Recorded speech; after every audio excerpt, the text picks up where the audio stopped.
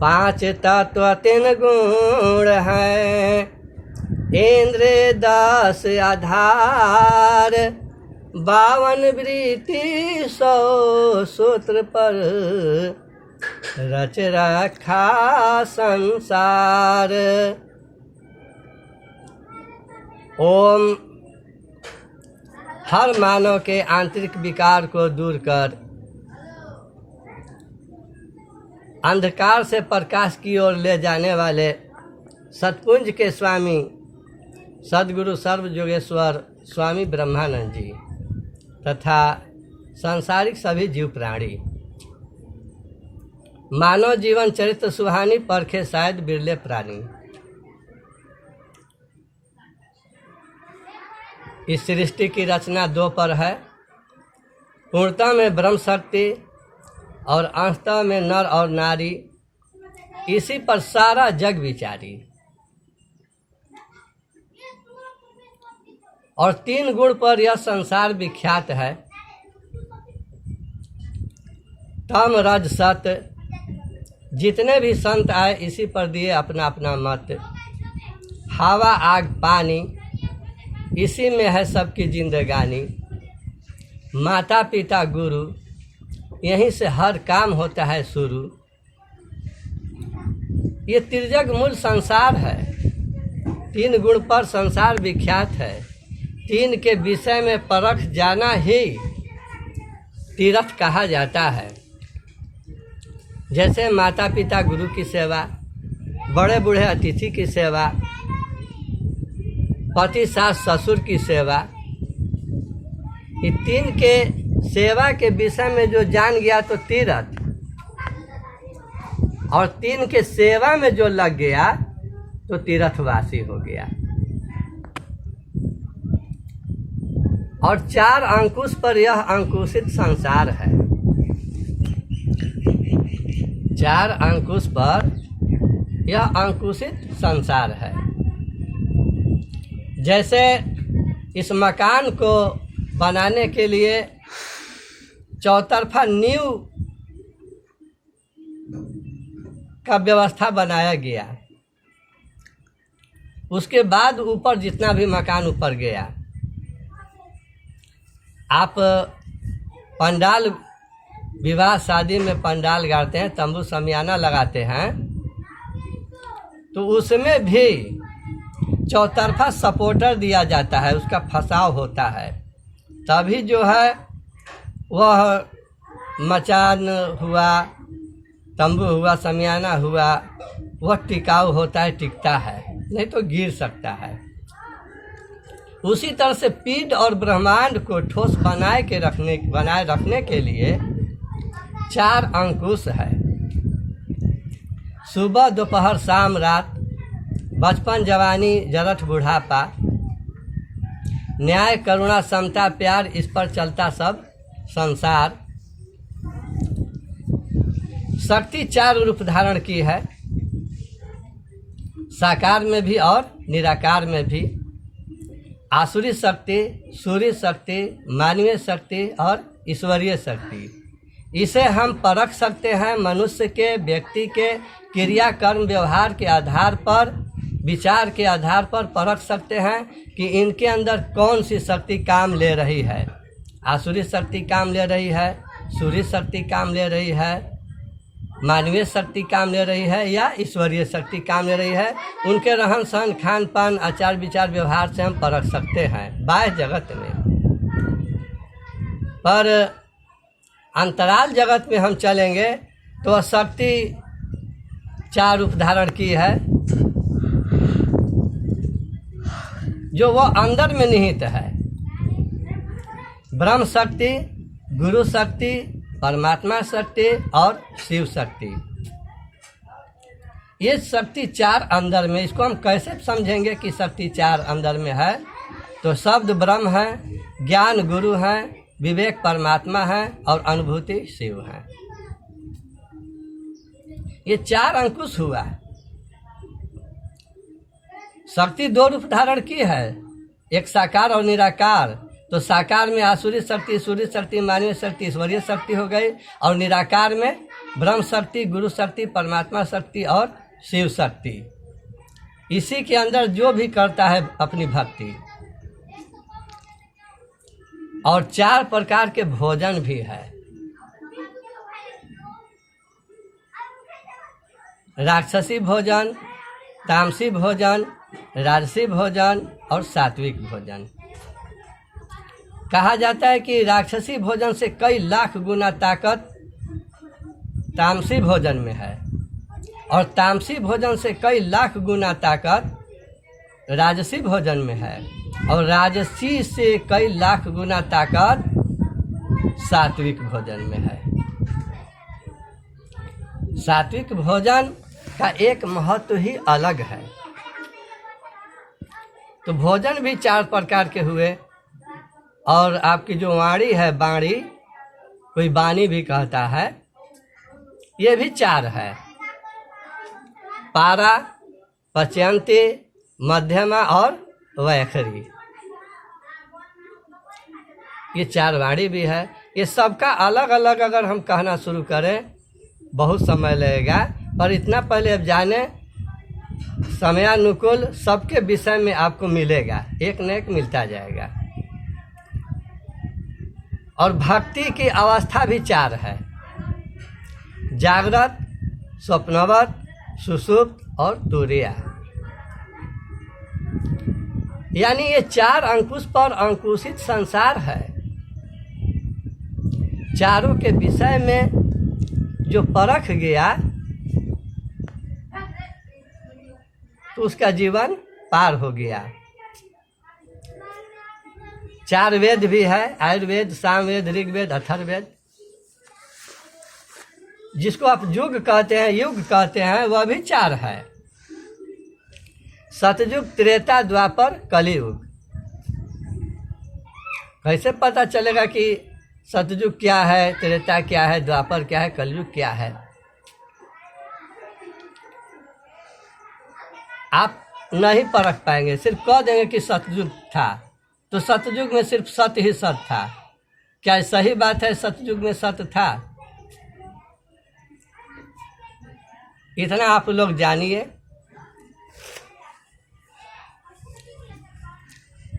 कि जब तक ये दुनिया 2 पर है, द्वैतवाद है, जिस दिन आपके अंदर पूर्णांक रूप में सत्य आ जाएगा, उस दिन आपका शरीर नहीं रहेगा। सत्य और असत्य पर इस पूरे सृष्टि की रचना है। 100/100 आपके अंदर सत्य आ जाता है, तब भी आपका शरीर टिकाऊ नहीं होगा, और 100/100 पाप अगर आ जाएगा तब भी आपका शरीर टिकाऊ नहीं होगा। 95% सत्य है तो 5% उसमें असत्य है। 95% अगर असत्य पर है तो 5% जरूर उसमें सत्य है, तभी आप चल रहे हैं, बोल रहे हैं, टिके हुए हैं।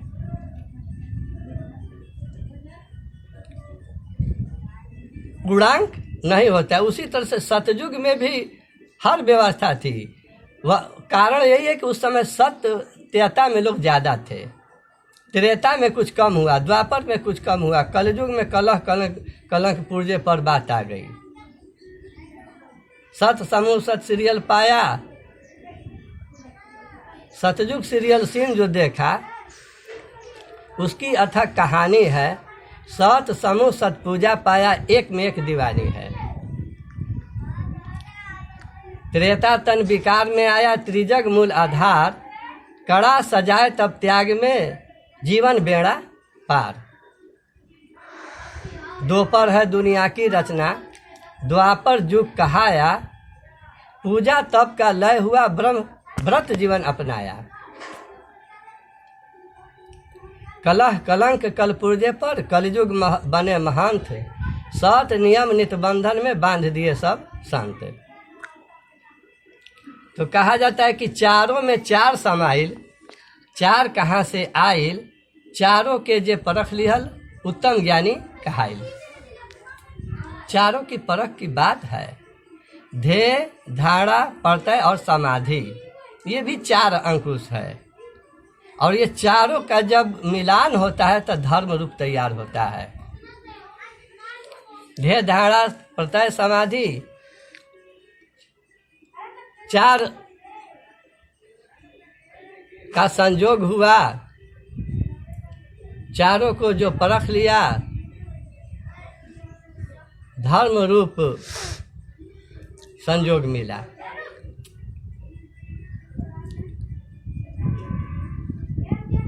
तो कहा गया कि 5 तत्व 3 गुण है, इंद्रिय 10 आधार, 52 वृत्ति 100 सूत्र पर रच रखा संसार। 5 तत्व ये पंचभौतिक संसार है। 5 तत्व से इस सृष्टि की रचना है, शरीर का भी रचना है। हवा, आग, पानी और इसमें जो है वाणी और मिट्टी, जिसको शब्द भी कहते हैं, आकाश तत्व भी कहते हैं। ये 5 मिलकर पंचभौतिक संसार हुआ। ये पंचभौतिक शरीर भी है। और इंद्रिय, इसमें इंद्रियां 10 है। तो 5 कर्म इंद्रिय है और 5 ज्ञान इंद्रिय है। जिस कार्य को करने के बाद कोई चीज हम अनुभव करते हैं तो उसको कर्म इंद्रिय कहा जाता है। और बिना किए देखकर उसका हम अनुभव करते हैं या अंतराल में उसका अनुभव होता है तो उसको ज्ञान इंद्रिय कहा जाता है। जैसे आप देखते हैं आँख, नाक, कान, गला, तो जैसे 5 कर्म इंद्रिय, आँख है देखने के लिए, कान है सुनने के लिए, नाक है सूंघने के लिए, हाथ है करने के लिए, जीभ है स्वाद लेने के लिए।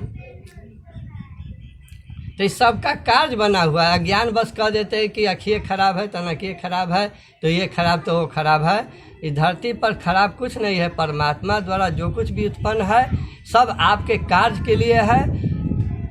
खराब आपका विचार है, खराब आपका दिमाग है। कब किससे कैसे कार्य लेना है उसका आप समय का सदुपयोग नहीं जानते, जिसकी वजह से परेशानी बढ़ जाती है। तो ये 5 कर्म इंद्रिय में क्या हो गया, आप लोग देख लिए। आँख का काम है देखना, नाक का काम है सूंघना।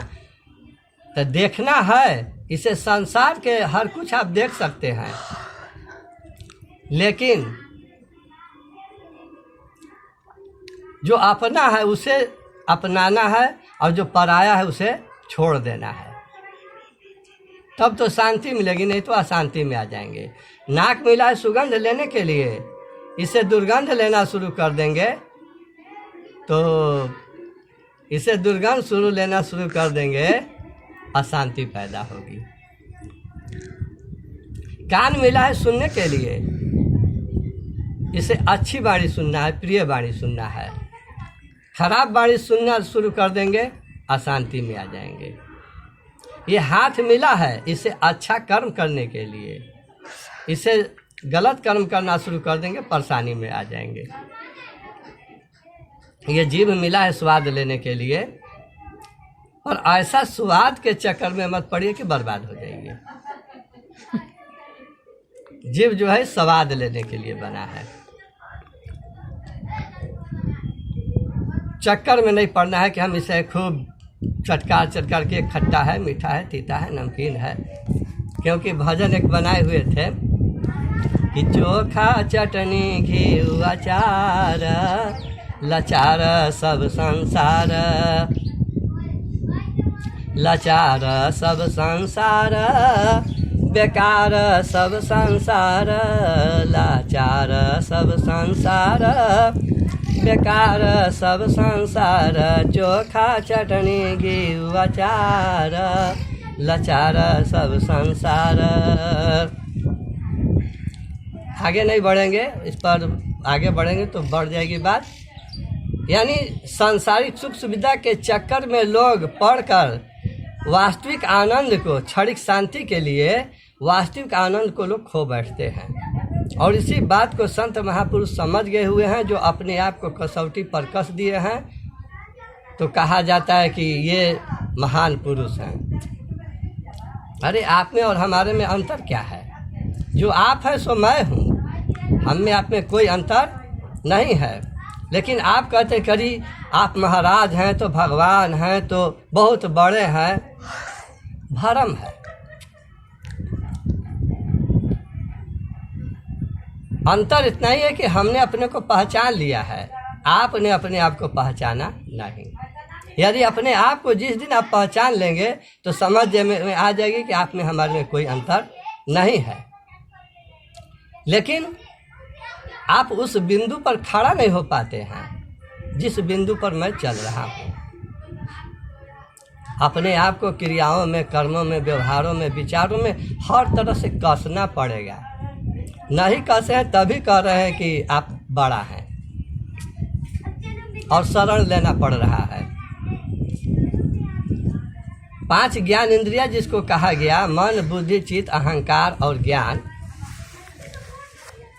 कहते हैं लोग कि मन बहुत बेकार है, कोई कहता है कि मन बहुत चलायमान है, तो मन बहुत अशांत होता है। ये जितनी बातें कहने वाले कहते हैं, सभी लोग अपना अपना अनुभव दिए हैं। इस पर मैंने जब विचार किया तो सद्गुरु द्वारा मिला कि नहीं, मन न चलायमान होता है, न अशांत होता है, मन न खराब होता है। मन तो राजा है, अगर राजा न रहे तो राज चलेगा ही नहीं। तो राजा के साथ, राजा अकेले राज नहीं चलाता है, उसके अंदर में भी मंत्री होते हैं और मंत्री से वह सलाह लेता है राजा। ठीक उसी तरह से बुद्धि मंत्री है, बुद्धि निर्णय देता है योग और अयोग की बात। कहते हैं लोग कि मन की गति सूर्य के रोशनी से भी तेज है। इस पर भी हम विचार कर रहे थे कि भाई ये कैसे। तो इस पर हमने मिलाया कि जिसको जहाँ का दृश्य देखा गया है, जैसे आप बम्बे गए हुए हैं, दिल्ली गए हैं, बम्बे दिल्ली कहीं भी गए हुए हैं, तो जहाँ गए हैं वहाँ के बारे में जो कहेगा तो आप को समझ में आ जाएगी कि हम बम्बे गए हुए थे तो कल्याण देखे, साइन गार्डन देखे, जुहू चौपाटी गए, नाम हम धरेंगे और आप कह देंगे कि हाँ हाँ वहाँ पर ये दृश्य है, आपको दृश्य लौक जाएगा। लेकिन जो वहाँ गया नहीं है, हम कितना ही बोलेंगे आप नहीं परख पाएंगे। जैसे मैं अमेरिका नहीं गया हूँ और अमेरिका का कोई कितना ही बात बोलेगा, हमारा थोड़ा भी वहाँ पर मन नहीं जाएगा, क्यों? तो वहाँ का देखा नहीं हूँ। तो मन की गति उतना ही तक है जहाँ आप गए हुए हैं, जहाँ गए हुए हैं वहीं तक मन की गति है, उसके आगे नहीं। अच्छा ठीक है, आप लोग बस ध्यान देते रहिए, अब लास्ट करूँगा। तो मन और थोड़ा सा आप लोग सुन लीजिए कि कहते हैं कि लोग मनवा खराब है, मन खराब नहीं होता है। मन एकदम शांत चित्त है, स्थिर है। जैसे पानी को कहा जाए कि पानी चल रहा है, तो क्या पानी सचमुच चलता है? चलता है तो ढाल पाकर। पानी चलता है ढाल पाकर, जहाँ ढाल नहीं है वहीं पर पानी स्थिर हो जाता है, रुक जाता है। ठीक उसी तरह से मन चलता है तो लोभ लालच रूपी ढाल पाकर। मन का काम है सिर्फ स्थालक करना। मन का काम है स्थालक करना। आप बाजार में जाते हैं, मन दिखा दिया कि देखिए ये जलेबी है, समोसा है, पकौड़ा है, अन्य अन्य चीज दिखला दिया, सबके बारे में दिखला दिया, बता दिया कि क्या क्या चीज है, लेकिन बुद्धि उसमें निर्णय देता है कि क्या इसमें योग्य है और क्या अयोग्य है। बुद्धि निर्णय देता है। और चित्त जो शरीर के अंदर है वो भी ज्ञान इंद्रिय है। चित्त क्या करता है कि हामी भरता है कि हाँ हाँ बहुत अच्छा है, यानी मन स्थालक किया, बुद्धि निर्णय दिया, चित्त हामी भरा, तब अहंकार जो है वहां तक पहुंचाता है। अहंकार में 4 वृत्ति पाई जाती है, तम, तैस, तामस और बल। ये चारों जब मिलते हैं तब कोई काम होता है हल। चारों मिलकर अहंकार इंद्रिय तैयार होता है। अहंकार का काम है वहां तक पहुंचा देना और ज्ञान का काम है हूबहू कराना। सबका कार्य बांटा हुआ है। हम अज्ञान बस कर देते कि मन खराब है। मन खराब नहीं होता है, मन तो राजा है। शरीर के अंदर अगर मन न हो तो कोई कार्य होगा नहीं। शरीर के अंदर जितने भी हैं, जैसे 52 वृत्ति का बारे में मैंने कहा है, तो 52 वृत्तियां जो शरीर के अंदर काम, क्रोध, मद, लोभ, ईर्ष्या, द्वेष, घृणा, अहंकार, लोभ, लालच, पाखंड, घृणा, द्वेष, ईर्ष्या, ये सब सारी जितनी चीजें हैं, ये जिसको 5 प्रवृत्ति, 25 प्रवृत्ति और 25 प्रकृति भी लोग कहते हैं, 50 का गिनती करते हैं। स्वामी जी 52 के बात बताए थे कि उसमें जैसे अंक में बढ़ जाता है री री ली ली, उस तरह से कुछ करके लोग स्वामी जी बताए थे। तो इस जो भी शरीर के अंदर ये सब आपका पार्ट्स है, नॉट बॉल टू है, इसमें कोई भी गलत नहीं है। किसका किससे कार्य है आपको पता नहीं है। जैसे मशीन हो, मशीन में बहुत से पार्ट्स हैं। मशीन है, मशीन में बहुत से पार्ट्स हैं, तो उस पार्ट्स को एक भी हटा देंगे, एक भी पार्ट्स को हटा देंगे तो काम नहीं चलेगा। ठीक उसी तरह से इसके अंदर सब पार्ट्स है, उसका सब कार्य है, आप जानते नहीं हैं, इसलिए गड़बड़ा जाता है। तो बातें तो बहुत है, और सब भी बातें आपको अगले वीडियो में मिलेगा। विशेष क्या शेष बात पर ध्यान देना है। और हमारे हर प्रवचन के अंत में एक पद आता है जिसको मैं बार बार कहता हूँ कि कम सुनो ज़्यादा गुनो, राखो गुरु में ध्यान, अपने कर्म पर अडिग रहो, चलो से नातान। इतना ही कहकर इस समय के लिए मैं अपनी वाणी पर विराम दे रहा हूँ। ओम सत्यम सत्यम सत्यम।